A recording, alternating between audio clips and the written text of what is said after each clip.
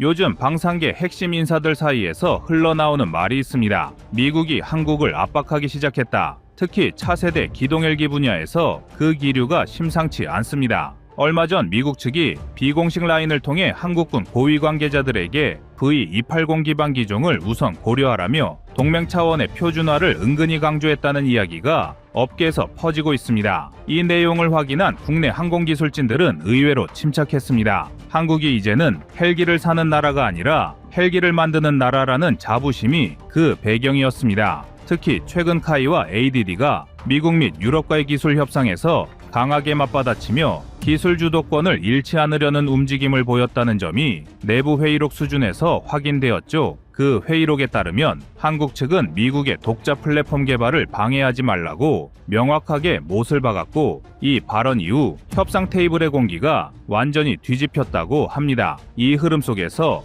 해외 주요 매체가 포착한 내용이 더욱 극적입니다. 영국 파이낸셜 타임즈는 최근 한국의 차세대 기동 헬기 프로젝트인 XUH에 대해 아시아 국가 중 유일하게 미군 차세대 틸트로터 기술과 경쟁 가능한 독자 개발을 추진 중인 국가라고 평가했습니다. 또 일본의 니홍에이자이는 한국이 미국을 포함한 선진국이 독점해온 고속 회전익 기술 구조의 균열을 만들고 있다고 분석했습니다. 전 세계 항공기술 분야가 주목하기 시작한 이유는 하나입니다. 한국이 드디어 회전익 항공기의 속도 장벽을 뛰어넘기 위한 정식 도전에 나섰다는 것, 그리고 그 규모가 8조 원이라는 점입니다. 한국의 8조 원급 XUH 프로젝트는 단순한 신규 무기 개발이 아닙니다. 방산 전문가들 사이에서는 이 사업을 두고 KF-21 이후 한국 항공산업의 두 번째 대전환점, 그리고 한국 헬기 역사에서 20년 격차를 단숨에 10년 이하로 압축시키는 국가급 도약이라는 평가가 나옵니다. 실제로 산업부 내부 자료에 따르면 XUH가 성공할 경우 한국의 회전익 기술 자립도는 현재 약 65% 수준에서 2035년 85% 이상으로 끌어올릴 수 있다고 분석했습니다. 이는 한국이 수리온과 LAH 같은 개량형 모델을 넘어 처음부터 공력 구조와 비행 제어, 그리고 100% 수입에 의존해왔던 로터 시스템을 자체 설계하는 진짜 원천 기술 보유국으로 넘어가는 단계라는 뜻입니다.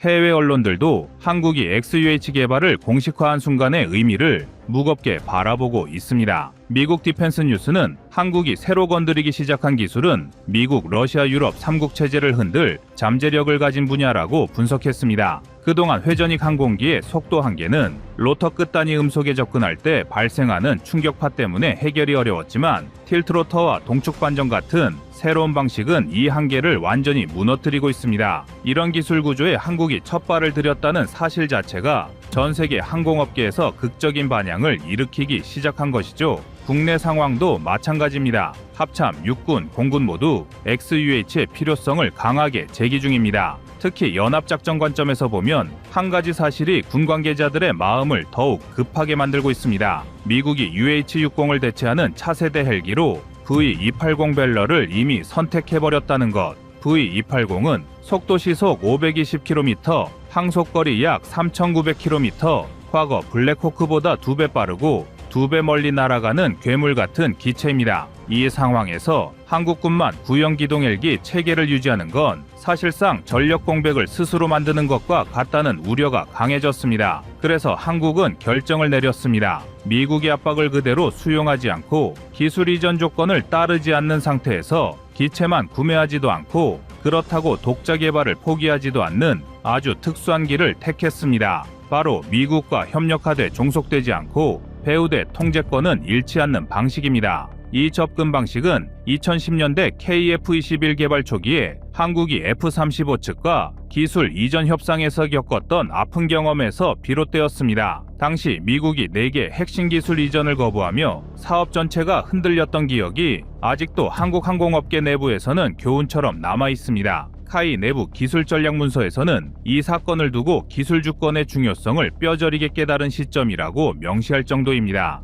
바로 이런 흐름 속에서 XUH가 등장했습니다. KF-21이 한국 전투기 기술의 국산화라는 하나의 시대를 열었다면 XUH는 한국 헬기 기술을 세계 최전선으로 끌어올릴 두 번째 혁명이 될 수 있는 사업입니다. 이번 사업이 특별히 강한 관심을 받는 이유는 기술적 도전 때문만이 아닙니다. 개발비만 8조 원, 사업 기간은 최소 15년 이상, 기술 난이도는 KF-21보다 더 높다는 분석까지 나오고 있습니다. 방산업계에서는 XUH를 한국 항공산업이 감당할 수 있는 최대치의 모험이라고 평가합니다. 이 한 번의 선택이 향후 20년의 헬기 시장에서 한국의 위치를 완전히 바꿔놓을 가능성이 높기 때문입니다. 한국의 XUH 사업을 실제로 견인하는 핵심은 외부에서 보기 어려운 기술 의사결정 구조입니다. 공개된 정보는 대부분 형식적이지만 내부에서는 세 가지 구조에 대한 정밀 검증이 이미 끝나가고 있다는 이야기가 나오고 있습니다. 현재 ADD와 카이 내부 평가 결과는 기술 성숙도, 재료 피로도, 고속 비행 시 진동치,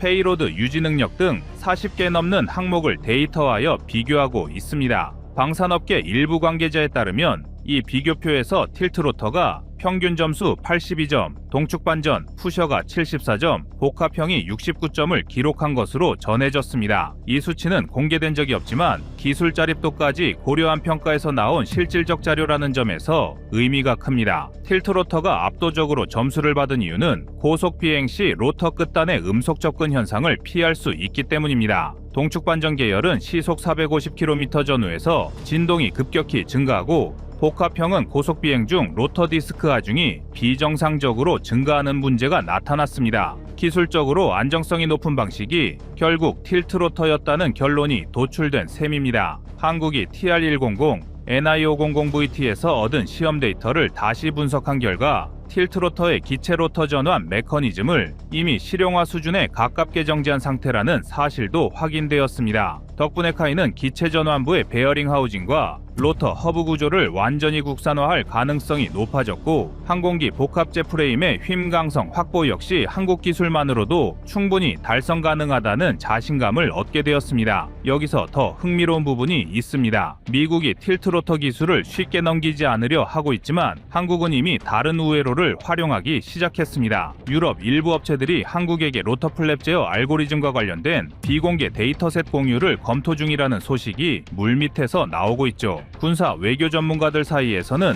이를 두고 한국이 미국 의존도를 낮추는 결정을 하기 시작했다는 분석이 나옵니다. 심지어 일본 방위산업 전문가들은 최근 세미나에서 한국은 차세대 헬기 시장에서 유럽의 전략적 파트너가 될 수 있다는 평가를 내놓았습니다. 이는 한국이 최소 2개 이상의 기술 협력 루트를 확보함으로써 미국의 독점적 지위를 견제하고 있다는 뜻입니다. 또 하나 주목할 지점은 한국이 XUH를 통해 확보하려는 미래교전 구조입니다. 카이 내부 문건에 따르면 XUH 개발 과정에서 유무인 복합 전투 체계에 레벨 4 구현을 전제로 설계가 진행되고 있습니다. 즉, XUH는 단독 기체가 아니라 주변에서 호위 및 정찰을 수행하는 무인 헬기 2대에서 4대를 자동 통제하는 능력을 갖추게 됩니다. 이 군단형 편대 구성은 이미 ADD가 차기 군단급 무인기의 고출력, 데이터 링크 시험에서 구현한 기술과 연결된 것으로 보입니다. 또한 XUH의 목표 탑재 중량은 약 6톤 이상, 작전 방향은 500km 이상,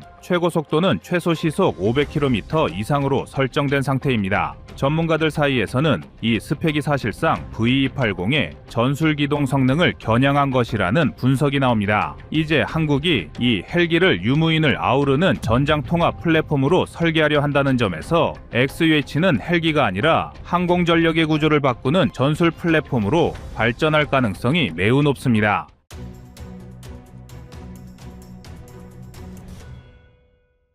다음은 25년 8월 9일 한국 새로운 전자전기 개발 영상입니다. 마침내 대한민국이 제대로 된 전자전기를 개발합니다. 2023년 4월 방추위가 사업 추진을 승인하며 3조 7천억 원 규모의 예산을 배정했고 올해 7월 방위사업청은 첫 1조 8천억 원 집행과 함께 플랫폼을 봄바르디에르 글로벌 6500으로 확정했습니다. 항속거리 1만 킬로미터, 채공 11시간에 G6500에 LIG 넥스1, 한화 시스템이 개발할 제밍 장비를 얹으면 서울 상공에서도 250km 밖 평양 레이더와 통신을 한 번의 먹통으로 만드는 원거리 스탠드오프 전자전이 현실화됩니다. 미 해군이 EA-18G를 대체할 차세대 기체로 역시 비즈니스 제트 기반을 쓰듯 우리도 전투기 호위형이 아닌 고고도 광격 지원형을 선택해 작전 방향과 생존성을 극대화한 겁니다. 결국 이 전자전기는 F-35A, KF-21 편대가 떠나기도 전에 북방공망을 무력화해 압도적 제공권을 담보하며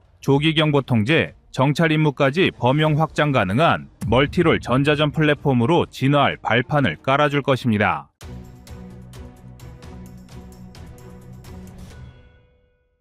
작전 개념은 스탠드오프 네트워크 전자전입니다. 전자전기가 12km 고도에서 250km 떨어진 표적에 저출력 탐지빔을 뿌려 위협 파라미터를 수집하고 곧바로 30초 내 AI 알고리즘이 교란 패턴을 산출해 초광대역 펄스를 투사합니다. 같은 시간 슬로트에 KF-21과 F-35A가 순차 돌입하면 통신, 센서, 무인기 링크가 한꺼번에 끊긴 디지털 블랙아웃이 발생하고 공군은 최대 11분의 공격 창문을 확보하게 됩니다. 미 육군이 같은 G6500 플랫폼으로 운영 중인 ARES가 지상 표적 인지용 감지빔을 쓰는 것과 달리 한국형 블록2는 적 레이더 반응까지 실시간 학습해 맞춤형 교란을 반복한다는 점이 특징입니다. 한국 공군의 차세대 전장 환경은 이미 전파지배 경쟁으로 옮겨갔습니다. 이 변화의 한복판에서 한국형 전자전기는 단순한 지원기가 아니라 탐지, 지휘, 타격을 하나로 묶어 적의 판단 시간을 빼앗는 타임 디스플레이서 역할을 맡게 됩니다. 걸프전과 유고전에서 확인된 대공망 붕괴 시나리오는 30년이 넘은 이론이지만 북한, 중국, 러시아가 최신 디지털 레이더로 재무장한 지금은 대응 속도와 스펙트럼 확장력이 승패를 가릅니다. 그래서 방위사업청이 선택한 해법은 전투기형 포드가 아닌 고고도 스탠드오프 플랫폼입니다. 빔포밍, 지능형 신호분석, AI 기반 위협 라이브러리를 실시간 업데이트할 수 있는 19인치 미션렉 열네 세트를 비즈니스 제트 동체 삽입하고 공기흡입 계통을 확장한 뒤 페리미터형 액티브 어레이를 좌우 동체선 상단에 매달아 0.5에서 18GHz 대역을 동시에 다중빔 처리합니다. 미션렉당 평균 소비 전력은 8kW이며 전체 시스템은 115kVA급 환경 제어로 유지되며 오실레이터 상잡음을 마이너스 120 데시벨 캐리어 퍼 헤르츠까지 억제해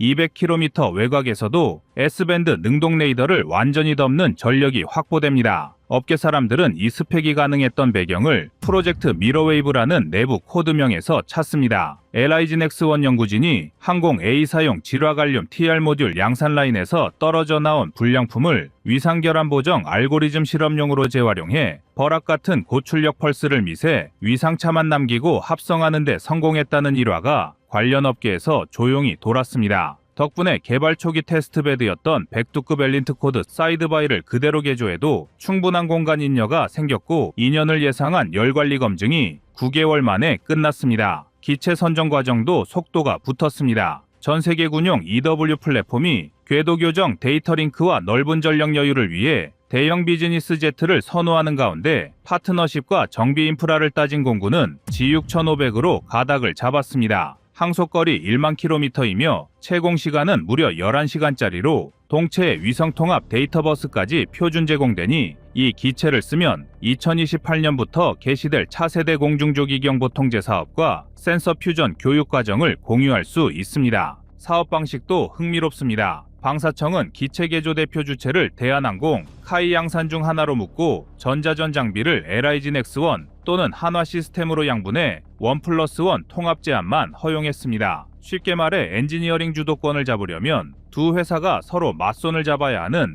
강제 협업 구조입니다. 업계는 이를 두고 2010년대 후반 KF-X 개발 과정에서 악명 높았던 주계약으로 인한 하도급 갈등을 사전에 차단하려는 방책으로 해석합니다. 실제로 대한항공, LIGNX1 컨소시엄과 카이, 한화시스템 컨소시엄 모두 2025년 7월 말 공고 예정인 1조 9,206억 원 규모 시제 계약을 노리고 마지막 설계 검증 자료를 정리 중입니다. 기체 개조가 시작되면 군산, 사천, 김해 세 기지가 순차적으로 전자전 전용 피팅존으로 변신합니다. 사천에는 이미 G6500 날개, 보링 장비를 설치할 준비가 끝났고 군산은 미 공군공여부대 잔여경 납고를 개조해 쉘터드 안테나 테스트 센터를 마련했습니다. 무엇보다 의미 있는 변화는 작전 개념입니다. 이 기체는 적 방공망 최전선 위를 뚫고 들어가는 전투기 호위형이 아니라 작전구역 외곽 상공에서 저출력 탐지빔으로 적 레이더 파라미터를 실시간 채집한 뒤 적이 요격기를 출격시키기 전에 초광대역 전력 펄스를 투사해 스펙트럼을 늪처럼 만들어버립니다. 이후 KF-21과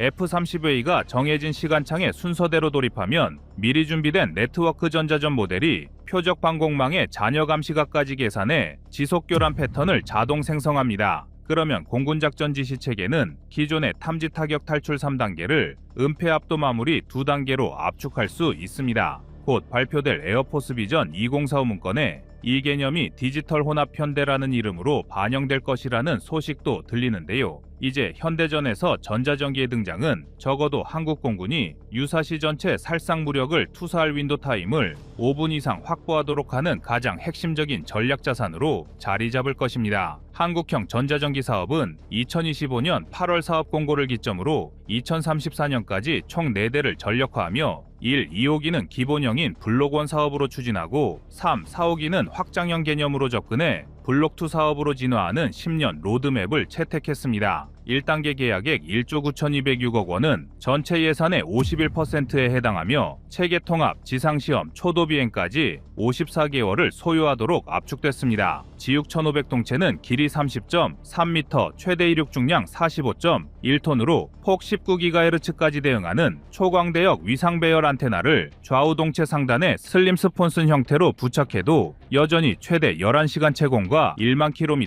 항속을 유지합니다. 개조 설계에서 핵심은 270kVA/급 보조 동력 장치와 3톤급 액체 냉각팩을 주익 뒤세 분산 배치해 열과 전력 여유도를 45% 이상 남겼다는 점인데, 이 수치는 동급 비즈니스 제트 기반 인무기 평균인 30%대보다 한 세대 진보한 구성입니다. 제밍 탑재장은 3.2 곱하기 1.1m, 모듈 8개로 나뉘어 장, 단주기 교란을 동시에 수행합니다. LIG Nex1은 GAN TR 모듈 1만 3,000개를 활용해 최대 유효 방사 출력 850kW를 확보했고, 한화 시스템은 동일 슬롯에 AI 기반 신호도청, 분석렉을 삽입해 블록2부터 제밍 인센스 능력을 제공할 계획입니다. 두 기업은 동일 규격의 렉 인터페이스를 공유하기로 합의해 왕복 정비 주기를 450시간에서 320시간으로 단축했습니다. 한국은 그 외에 해외에 좋은 사례도 벤치마킹 대상으로 삼았습니다. L3 에리스가 나토 23 후속으로 제안한 G6500CAEW는 3.5톤 임무 장비와 동시 360도 감시 레이더를 얹고도 10시간 채공을 증명했는데, 우리 국방과학연구소는 이 시험 데이터를 구매해 센서 퓨전 코드를 역검증한 뒤 하이브리드 전자전 시뮬레이터를 구축했습니다.